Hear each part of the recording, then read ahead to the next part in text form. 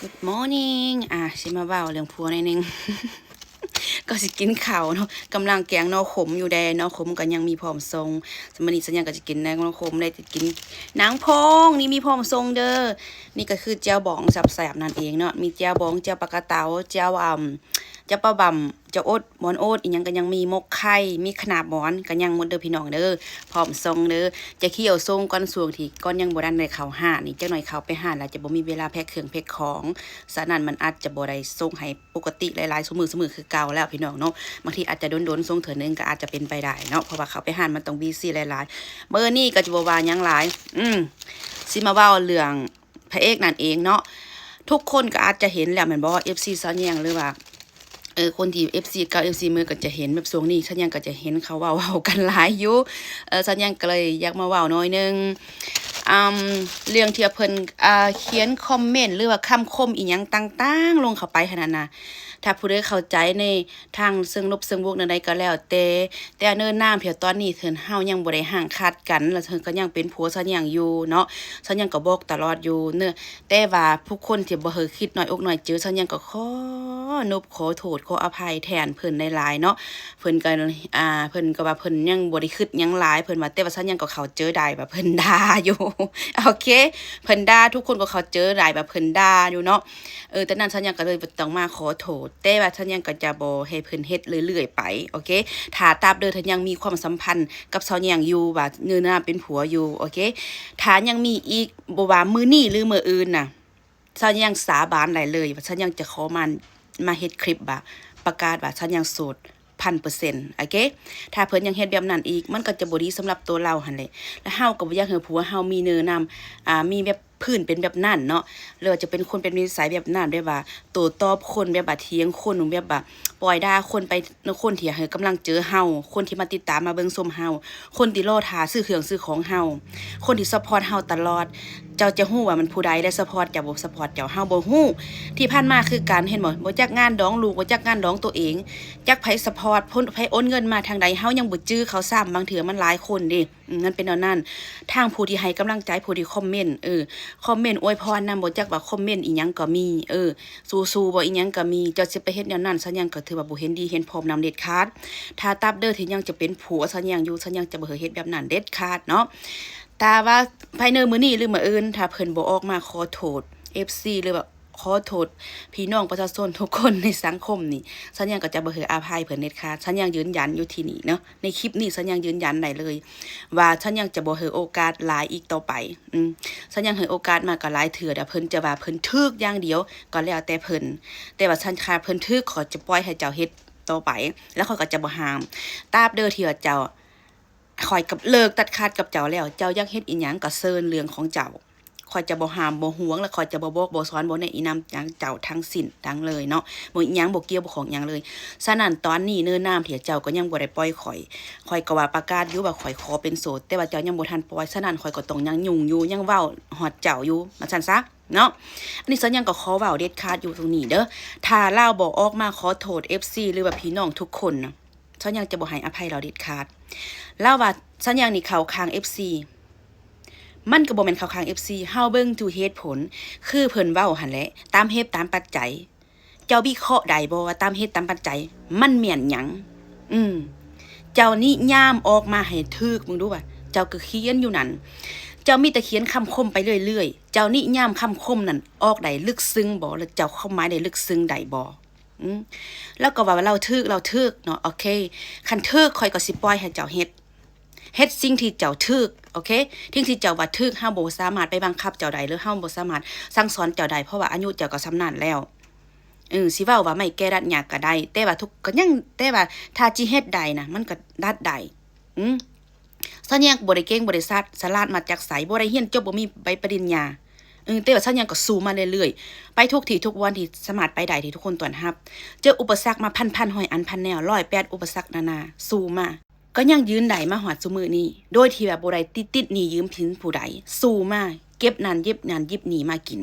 ก็อยู่มาได้อยู่มาแกก็บ่ได้ด้อยค่าจากคนอื่นหลายถึงว่าเฮาจะจนเรื่องเงินคำเรื่องอันทรัพย์สินเงินทองแต่ว่าฉันยังบ่ได้จนเจอ โอเคบ่ได้เจอหัวเจอนี่เต็มน้ำเจอนี่ยังเต็มอยู่ความเมตตาปานนี้ฉันยังมีอยู่ฉันยังหาประกันได้เนาะโอเคฉันยังก็บ่ว่าหลายมื้อนี้ฉันยังก็แท็กพระเอกละแต่เมื่อวาน2-3 มื้อแล้วนะเพิ่นว่าเปลี่ยนแปลงอยู่แต่แบบฉันยังเบิ่งเดี๋ยวมันหนักขึ้นโอเคหนักขึ้นแล้วบ่มีคำว่าจะน้อมถ่อมตนลงเลยแล้วก็บ่มีคำว่าฉันยังมีแต่ไผว่าหยังก็อย่าฉันยังขอแนะนำแต่ว่าขอบใจเจ้าโดยก็พอคำว่าเขาโดยขอบเจ้าโดยแล้วมันทางหมดกับเท่านั้นล่ะเจ้าจะไปด่าไปโต้ความแล้วพี่น้องคอมเมนต์มามันก็บ่ได้แม่เข้าด่าเจ้ามีแต่เขาก็อยากให้อย่าเฮอกำลังเจอเจ้าสนับสนุนเจ้าว่าเฮอมาหาเมียเจ้าซะเฮอกำลังเจอเมียเจ้าอีตนเมียเจ้าแล้วจะบ่อีตนข่อยเลยบ่ข่อยเฮ็ดเวียกต้อยๆสู่มื้อนี้สมเทียบเบิ่งสมมุติว่าเบียกเจ้ามันหลายซ้ำข่อยบ่เจ้าก็สมเทียบเบิ่งมื้อนึงเจ้านอนจักโมงแล้วสมมาเทียบเสื้อข่อยมื้อนึงข่อยเฮ็ดเวียกจักอันจักแนวแล้วเขาก็อีตนซอแยงเขาก็เลยบอกว่าอีตนซอแยงได้เห็นเจ้าซอแยงได้อย่าหือแบบมีหยังเจ้าเว้าได้เจ้าก็เว้าอีหยังเจ้าบ่เว้าได้เจ้าก็บ่เว้าก็แล้วแต่เรื่องของเจ้าเนาะก็อย่าหือแบบมันบ่แม่นใหญ่มันก็เฒ่าแล้วบรรปลายชีวิตแล้วพี่น้องซอแยงบ่เว้าหยังหลายบ่ได้ว่าสร้างสอนเด้ออันนี้ซอแยงเว้าตรงๆบางคนถามว่าพวกเจ้าคือบ่ล่มกันหลังบ้านก็ล่มแล้วก็โทรมาก็แชทมาอยู่ว้าวแล้วเราบ่สนฉะนั้นฉันยังก็เลยแบบให้โอกาสเราเถือสุดท้ายถ้าเจ้ายังอยากเสิร์ชชีวิตกับข่อยยังเดินทางไปกับข่อยจนมือสุดท้ายในชีวิตของเจ้าต้องเฮ็ดให้ได้สิ่งที่ข่อยบอกสอนมาฉันยังมันเป็นแนวนั้นนะพี่น้องเนาะโอเคเว้าไปแล้วก็มีคนโทรมาแล้วก็มันขาดตอนโอเคก็หวังว่าทุกคนจะให้อภัยพระเอกเนาะโอเคฉันยังก็ถ้าว่าคนเฮาน่ะถ้ามามีจิตสำนึกรู้สึกเปลี่ยนแปลงรู้สึกฉันยังรู้อยู่ว่าตัวเองนี่ก็เฮียนสูงมาอยู่ได้ล่ะเราอันคนเฮียนสูงอยู่แต่เป็นหยังเราคือคิดบ่ได้เรื่องซ้ำนี่เนาะฉันยังรู้ว่าเรายังบ่ปล่อยวางได้จักหน่อยเราเป็นคนที่เป็นโมโหง่ายโมโหโทสะง่ายบ่ว่าเรื่องการเฮ็ดเวียกบ่ว่าเรื่องการอารมณ์ร้อนอันนั้นอันนี้อยู่แต่ฉันยังก็พยายามก็เอาเรื่องธรรมะเข้าไปหาฉันยังบ่ได้ย่องฉันยังว่าฉันยังดีเด้อแต่ฉันยังก็ตัวจริงตัวแท้ตัวจริงคือพี่น้องเห็นนี่เลยคำเว้าคำบานิสัยใจคอคือพี่น้องเห็นอยู่ในคลิปหั่นเลยบ่ได้ acting บ่ได้มาโนเป็นแนวใดก็เป็นแบบนั้นฉันยังบ่ดีม่อนใดฉันยังก็โซ่ไปเลยว่าฉันยังบ่ดีข่อยแต่งงานมาหลายผัวข่อยโซ่ไปเลยข่อยนี่แกะแดะข่อยบอกไปเลยว่าข่อยแกะแดะเจ้าสิเอาข่อยบ่ได้ว่าพวกเจ้าพาข่อยว่าเองว่าข่อยแกะแดะข่อยก็เลยรับข่อยหลายผัวดิย้อนหยังข่อยจังหลายผัวพังมาหลายคลิปแล้วจะฮู้บ่แม่นว่าข่อยนี่เมาบ่แม่นข่อยนี่พี่บานกเขาอันหยังนี่มันบ่ได้บานกเขาอยู่4 ปี 5 ปีบ่ได้นี่หยังฉันยังก็อยู่ได้ฉันยังบอกหลายคนบอกผัวบอกพระเอกแล้วพวกเจ้าอยากเฮ็ดเวียกเฮ็ดหยังไปไสไปก็ไปโลดข่อยบ่ได้ไปกินเมาเหล้าเมาแจ้ซอกล่นตะล่นไปหาผู้ชายข่อยมักเซ็กซี่ข่อยมักนุ่งงามแต่แบบข่อยบ่ได้ตะล่อนเที่ยวเต้ไปหาผัวหันมาหาข่อยเองผู้ชายน่ะมาตอมข่อยเองโอเคข่อยเว้าได้นี่ยืนยันโลดข่อยอยู่เฮือนครัวนี่แต่ละมื้อน่ะผู้ชายมันมาตอมมาจีบข่อยปึ้งอยู่เองข่อยบ่เจออ้อนผู้นึงข่อยก็ต้องเจออ้อนผู้นึงคือจังซี่แหละก็เว้าได้มีผู้ใดข่อยนำไปฮอดเฮือนฮอดซ่านมีแต่เขานี่เลยมาอ้อยข่อยหั่นน่ะที่แท้ถ้าผู้ใดมีหลักฐานตัวใดบ่ข่อยไปตื้อไปนั่นเจ้านะเอามาโลดเอาหลักฐานมาโลดมีแต่ผู้ว่าหั่นแหละนี่ยืนยันได้ฉันยังบ่ได้ขี้โม้ขี้อวดเด้อบางคนเขาพังเขาจะคัดหูแต่ฉันยังอยากเว้าอยู่ตัวนี้โลดโอเคฉะนั้นฉันยังก็เลยอยากบอกว่าฉันยังให้อภัยได้ทุกคนฉันยังบ่ได้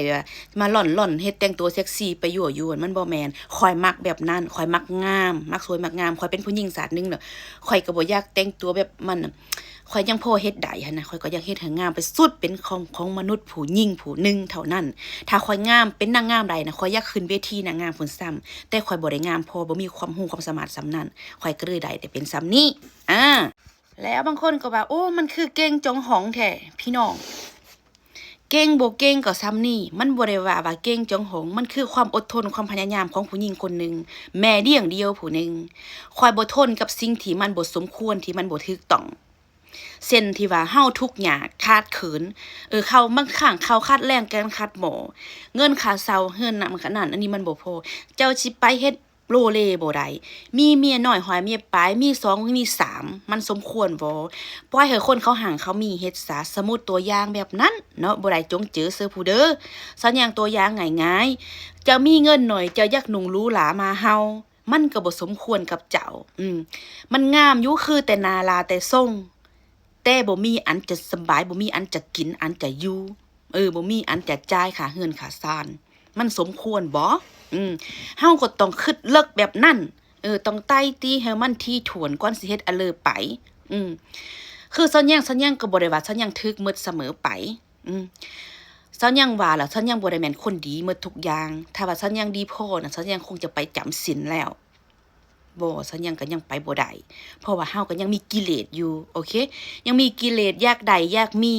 ยังห่วงลูกอยู่ยังปะลูกบ่ได้อยู่ลูกยังน้อยยังอยากผลักดันลูกยังซอยเหลือลูกถ้ามีผัวอยู่เคียงข้างก็อยากอยู่กันรวมไปยังสัญญงให้โอกาสทุกคนที่แบบเข้ามาลมสัญญงบ่แม่นแบบสัญญงสิตัดหมดทุกคนบ่สัญญงก็เบิ่งโอ้คนนี้มันอยากสร้างอยากษาบ่คนนี้มันมีพื้นฐานดีบ่ที่ผ่านมาคือพระเอกนี่สัญญงเอาสัญญงคือเอาพอสัญญงเห็นพื้นฐานแล้วก็เป็นประชาชนคนบ้านเป็นลูกเศร้าไห้เศร้าหน้าเราเคยเฮ็ดไห้เฮ็ดหน้าเราก็ไปเคยเฮ็ดไห้เฮ็ดหน้าเคยเฮ็ดทุกเฮ็ดยากคนเฮามันเคยผ่านทุกข์ยากคนส่วนหลายมันก็จะหู้กำผืดตัวเองต้องหู้กำผืดตัวเองเฮาต้องหู้สู้ซนต้องหู้มีความมานะอดทนสู้ซนกับความทุกข์ความยากสู้ซนกับลูกกับเมียอีหยังประมาณนี้แล้วเราบ่แม่นแบบว่าเรามีแบบพื้นฐานดีได้เราเป็นคนเรียนเก่งเรียนใดเราเป็นคนเรียนมันน่าตะคึดใดเราเป็นนักเรียนนอกพุ่นน่ะไล่ทึนการศึกษาของรัฐบาลพุ่นอันนั้นแหละฉันยังก็คิดแบบเพราะว่าฉันยังอันครอบครัวฉันยังน้องฉันยังนะแบบน้องชายฉันยังก็เป็นคนนักเรียนเก่งแล้วก็ฮู้เขาเจอครอบครัวฮู้เขาเจอพ่อแม่พี่น้องฮู้ซอกหาซอยเฮ็ดบ่เผาผลาญเงินอีหยังประมาณนี้ฉันยังก็เลยแบบไปนักเรียนนอกเนาะลูกน้องชายฉันยังก็เป็นนักเรียนนอกไล่ทึนรัฐบาลคือกันฉันยังก็เลยสมเทียบแบบโอ้เป็นนักเรียนเก่งเฮาก็เบิ่งแบบเห็นครอบครัวเฮาก็เป็นคนหูผู้ดีบ่แม่นย่องเด้อน้องซ่านี่เราก็บ่เป็นคนเที่ยวเตเฮฮาซอยผลักดันครอบครัวเกื้อกูลครอบครัวให้เจริญรุ่งเรืองกันไปฉันยังก็เลยสมทีแบบโอ้เราเป็นนักเรียนนอกเราก็คือสิแบบเป็นคนดีเจ้าเป็นคนดุมันเป็นคนฝึกฝนตัวเองเจ้าจังได๋ฮีเป็นนักเรียนนอกเจ้าต้องเป็นนักเรียนเก่งแถมทั้งที่เจ้ายังเป็นลูกประชาชนคนบ้านเจ้าต้องมีพื้นฐานดีต้องมีความมานะอดทนฉะนั้นข่อยเป็นคนสู่ชีวิตคนนึงข่อยเตยอยากเหลือคนที่ว่าสู้ได้ไปนำข่อยบ่ได้เหลือคนมีเงินมีคำผัวแต่ละคนถามมาฉันยังเอามามีเงินบ่ร่ำรวยบ่มีเงินหรือบ่มีไผก็บ่มีคือกันไผก็นับหนึ่งคือกันหมดซ้อนแยงเบาได้เต็มปากโลดซ้อนแยงเลือกเอามานับหนึ่งไปด้วยกันมันบ่ยากที่ว่านับหนึ่งจะไปถึง100ถ้าว่าเจ้านี่เดินไปนำข่อยสามารถนำพาเจ้าไปได้ถึงว่าเจ้ายังบ่ฮู้ทางออกว่าสิไปจังได๋เฮ็ดจังได๋ถ้าเจ้าเดินไปนำข่อยมันจะทุกข์หน่อยนึงแต่ข่อยก็บ่ย้านถ้ามาอันสิมีอยู่มีกินถึงมันบ่รวยนะก็บ่ไปเดือดร้อนผู้เด้อโอเคบ่เลือดร้อนผู้เด้อบ่ได้ไปยืมนบขอเงินผู้เด้อมาซื้อมาจ่ายค่าเรือนโอเคบ่ได้ยืมเงินนำเพิ่นมาซื้อข้าวกินซื้อน้ำกิน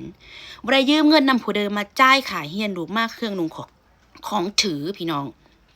ฉันยังเว้าได้เต็มเลยเด้อไผสิดูถูกดูแค้นอีหยังก็อย่าฉันยังบ่สนโนแคฉันยังยืนยันจะสู้อย่างเดียวเพื่อจิเติมจิจะกัดยักกวนฉันยังก็อย่าฮู้ไว้ว่าผู้ใดกัดข่อยผู้นั้นบาปผู้ใดพ้องข่อยผู้นั้นบาปทันตาเห็นคือผ่านมานี่แล้ว 2-3 คนก็บาปไปฮับไปเรียบร้อยแล้วฉันยังเห็นแต่ฉันยังบ่ตอบโต้ผู้เลยกรรมมันจะจัดการเองโอเคถึงว่าข่อยจะทุกข์ยากลำบากแต่ข่อยก็สู้มาแต่ข่อยก็บ่ฮู้ว่าพื้นหลังของข่อยนั้นศาสตร์เก่าศาสตร์กี่ข่อยไปเฮ็ดหยังมาข่อยบ่ฮู้แบบมันมีกรรมหยังแต่ว่าฉันยังสำหรับยังบ่แม่นว่ากรรม มันคือการสู่ชีวิตของซอนแยงที่ออกมาอยู่ต่างประเทศมันก็ธรรมดาต้องได้ดินรนเพราะว่าเฮาบ่มีเรือนมีศาลบ่มีครอบมีครัวบ่มีทรัพย์สินอิหยังเป็นของเก่าของเดิมฉะนั้นเฮามาเริ่มบาดกล่าว1นับ1เท่านั้นมันก็เลยต้องหนักแน่มันเป็นแบบนั้นนะพี่น้องเนาะโอเคเว้าไปหลายแล้วก็ มีเถื่อคนก็จะรำคาญสำหรับซอนยางก็คือแบบให้โอกาสทุกคนเสมอเช่นว่าคนที่มาอยากจีบซอนยางบ่แม่นซอนยางจิบล็อกไปที่จริงซอนยางก็เบื่อแหละคำว่าผัวนี่มันอิ่มหลายที่สุดเลยอิ่มจนออกเอื้อมแต่ว่าการเวลามันใจคนเฮามันเปลี่ยนไปได้ย้อนมันมีความดีย้อนความเมตตาปราณีเข้ามาเฮาก็คิดว่ามันก็จะมีคนดีแด้สำหรับซอนแยงก็ยังจะเป็นของซอนแยงเป็นคนแบบนี้อยู่คือเก่าเพราะว่ายังบ่มีอีหยังที่เฮ็ดให้ซอนแยงเป็นคนแบบว่า เออข้อยสิยอมเป็นคนแบบบ่เฮ็ดหยังเด้อข้อยสิอาศัยเจ้าเด้อข้อยสิข้อยสิไปสอกเฒ่าแก่รวยเด้อข้อยสิสอกผัวมาเลี้ยงเด้อยังบ่มีความคิดนี้ขึ้นมาเด็ดขาดซอนแยงนี่สู้มาฮอดจนส่ำนี้ล่ะยืนยันว่าสู้ด้วยตัวเองตลอดไปถ้าเจ้ามีเจ้าซอยแบ่งเบาข้อยได้เล็กๆน้อยๆข้อยก็ยินดีแต่ว่าข้อยจะบ่นั่งท่าจ่ายเงินเจ้าโอเคข้อยมีหลายข้อยก็ซอยเจ้าได้เจ้ามีหลายเจ้าซอยข้อยได้อันนั้นมันโอเคมันเพื่อแผ่กันได้ถ้าคนมันอยู่ในครอบครัวเดียวกันมาใช้ชีวิตนำกันมันก็เป็นเรื่องธรรมดาโอเคฉันยังก็หวังว่าจะรอฟังเบิงฉันยังให้โอกาสพระเอกออกมาขอโทษทุกคนถ้าบ่มาขอโทษภายในมื้อนี้หรือว่ามื้ออื่นฉันยังก็จะมาออกคลิปประกาศว่าโสด 100%โอเค thank you ทุกคนโอเค sorry หลายๆเด้อมันจำเป็นต้องมาเว้าทางหน้าใหม่ล่ะเว้าหลังใหม่ล่ะเล่าเสยอยู่โอเคเสยอยู่แล้วให้เธอทุกคนมันเครียดให้เฮาเด้วันนี้เนาะเครียดให้เพิ่นเครียดให้เฮาและมันก็บ่ดีในการที่เฮามาเสิร์ชชีวิตคือซอนยังบ่เคยด่าผู้ใดเด้ซอนยังก็ฮักและก็นับถือทุกคนที่คอยเข้ามาส้มมาเชียร์แล้วให้กำลังใจซอนยังแล้วก็ลูกๆตลอดมาเมื่อเราเข้ามาแล้วมันก็มีแล้วก็เป็นตัวละครอีกตัวนึงคือเป็นผัวเฮาเพิ่มเข้ามาซะนั่นเจ้าก็ต้องเดินทางนี้แล้วเจ้าก็ต้องเสือผางกันเฮ็ดให้มันถูกต้องเจ้าว่าเจ้าถูกแต่ว่าข้อยบ่เห็นดีนำคนอื่นก็บ่เห็นดีนำหลายคนเขาก็สากันหมดล่ะโอเคซะนั่นพัดภัยแต่ต้นลมเจ้าเฮ็ดใดเจ้าก็ไปด้วยกันได้เจ้าเฮ็ดบ่ได้I go bye bye okay thank you